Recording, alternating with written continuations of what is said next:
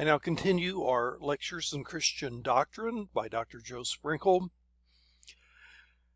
Now to the doctrine of angels and demons. The Church has historically affirmed belief in the reality of another sphere of existence beyond the realm of human beings and the visible world. This spiritual realm is inhabited by angels, which are created spiritual beings with moral judgment and high intelligence, but without physical bodies, and 2, demons, which are evil angels who sinned against God and who will now continually work evil in the world. Now, do angels really exist? Liberal theology has doubted it. They have demythologized demons and angels as mere symbols of evil and good. The Bible scholar David F. Strauss, who died in 1874, stated it this way: if the modern idea of God and the conception of the world are right, there cannot possibly be such beings of this kind. Again, liberal theology was founded by Friedrich Schleiermacher, and David Friedrich Strauss would be a later follower of this type of thinking. On the other hand, Orthodox theology has always affirmed the existence of angels and demons. C.S. Lewis writes well on this in his Screwtape Letters. There are 2 equal and opposite errors into which our race can fall about the devils. One is to disbelieve in their existence. The other is to believe and feel an excessive and unhealthy interest in them. They themselves are equally pleased by both errors and hail a materialist or a magician with the same delight. Now, there are different terms that are used for angels. The word angel itself means a messenger. That's the meaning of both the Hebrew malach and the Greek angelos, both in their original languages denoted messengers.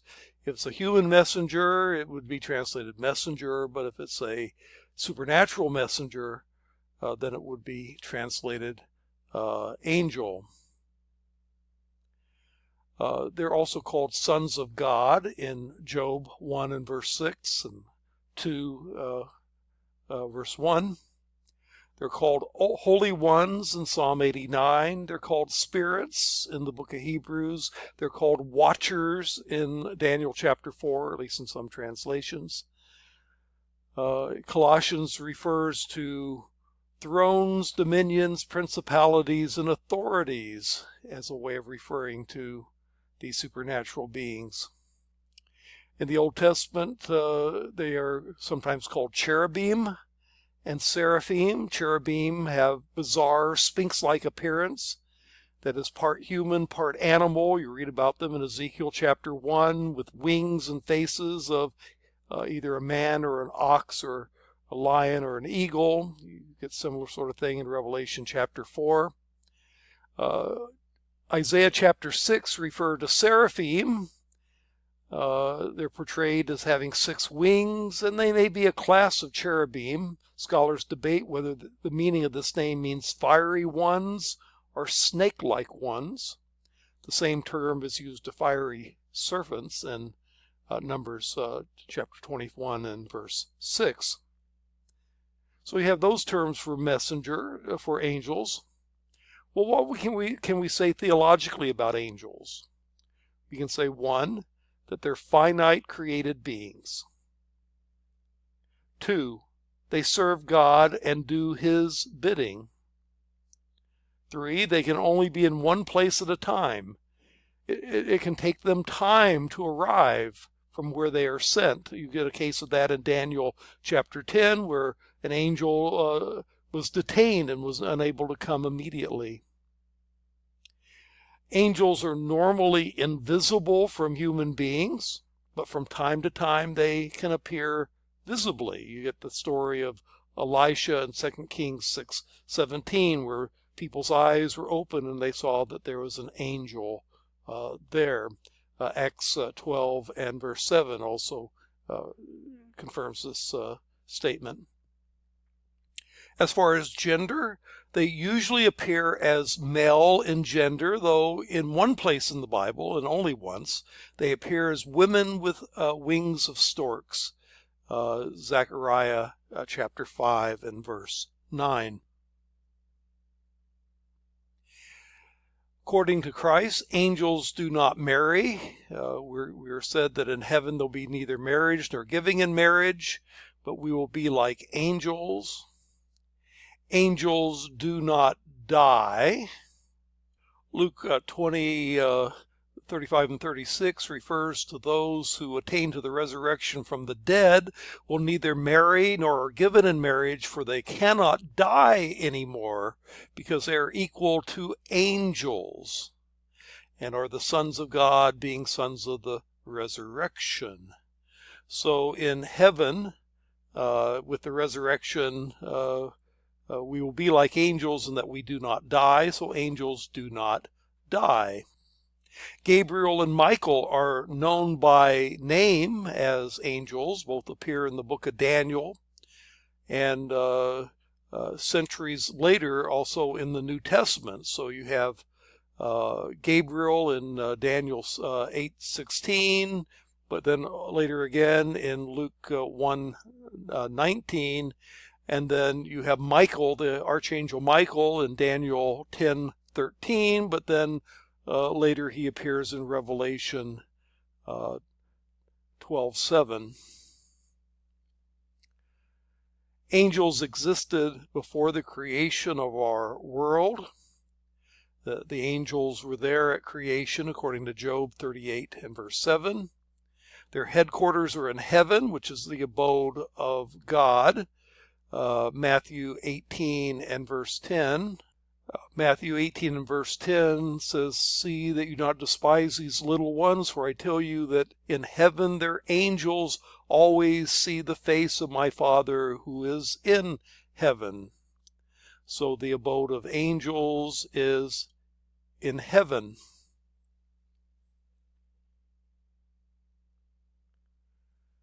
Their numbers are legion. Thousands upon thousands of them exist, as referred to in Matthew 26:53 and Revelation 5:11. Sometimes they're referred to as the host of heaven.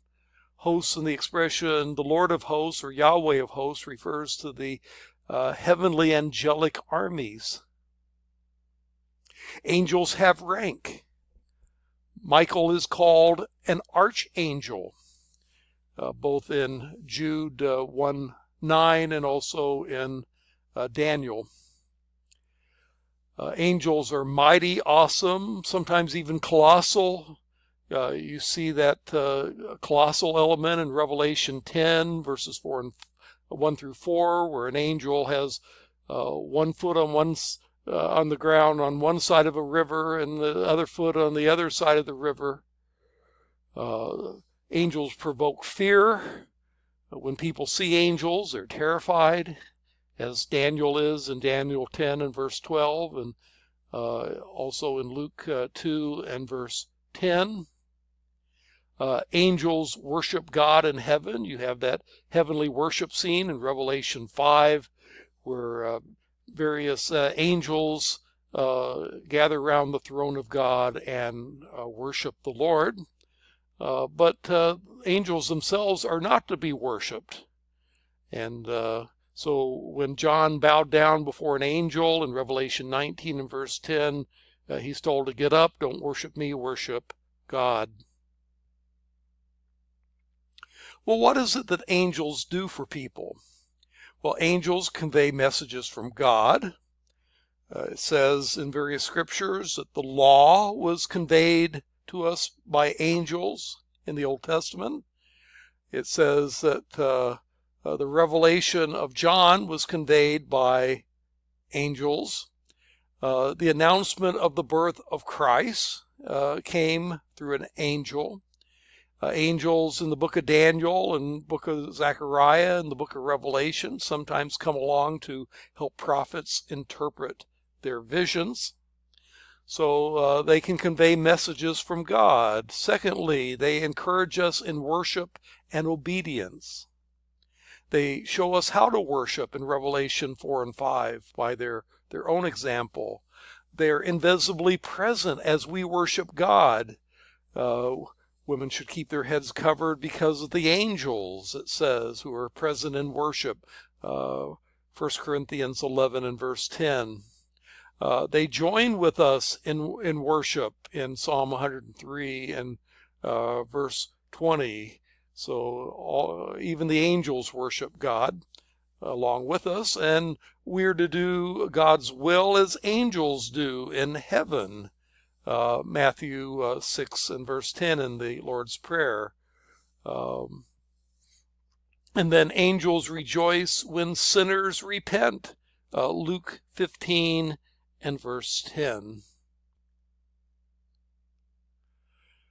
Angels also minister to believers.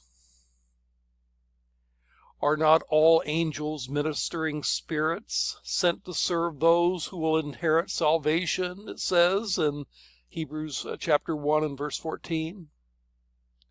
Indeed, an angel from heaven appeared to Jesus and strengthened him, according to Luke 22 and verse 43.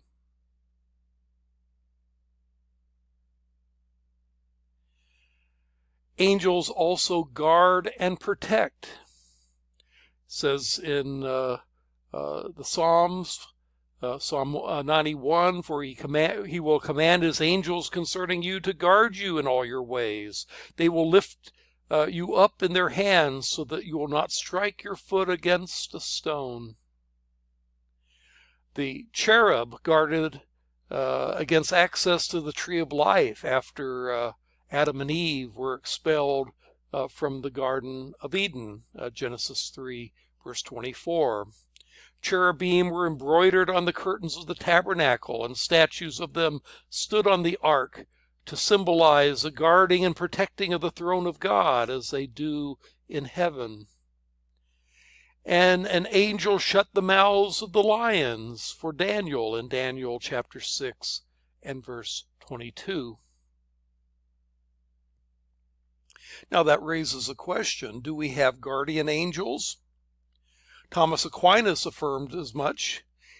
He in his Summa Theologica argued that each man has a guardian angel appointed to him. The reason for this is that the guardianship of angels belongs to the execution of divine providence concerning men. Luther states that the holy servants of God take care of eating, drinking, sleeping, and waking children. So again, concept of guardian angels is affirmed by Luther. On the other hand, there is no unambiguous biblical support for the belief in individual guardian angels. It does say that children have angels, Matthew 18 and verse 10. And Peter has an angel that protected and guided him in the book of Acts. But the Matthew 18:10 passage may refer to a group of angels assigned to protect children in general rather than an angel assigned to each child. Wayne Grudem suggests this. He says, to use an athletic analogy, angels may be playing zone rather than man-on-man defense. That's a basketball analogy for those who aren't familiar with basketball. But angels do guard and protect, although whether there's individual guardian angels could be disputed. What do angels do for humans? Well, they carry out God's providential judgments on humans. God sent his angels to destroy Jerusalem in Ezekiel 9. Angels carry out the wrath and God's wrath in Revelation 8, 9, 14 through 16. Angels engage in spiritual warfare against demonic forces. Michael fought against the demonic prince of Greece and the prince of Persia in Daniel chapter 10. And Michael, the good angel, will fight Satan and his angels and cast them from heaven, Revelation 12:7 and 8.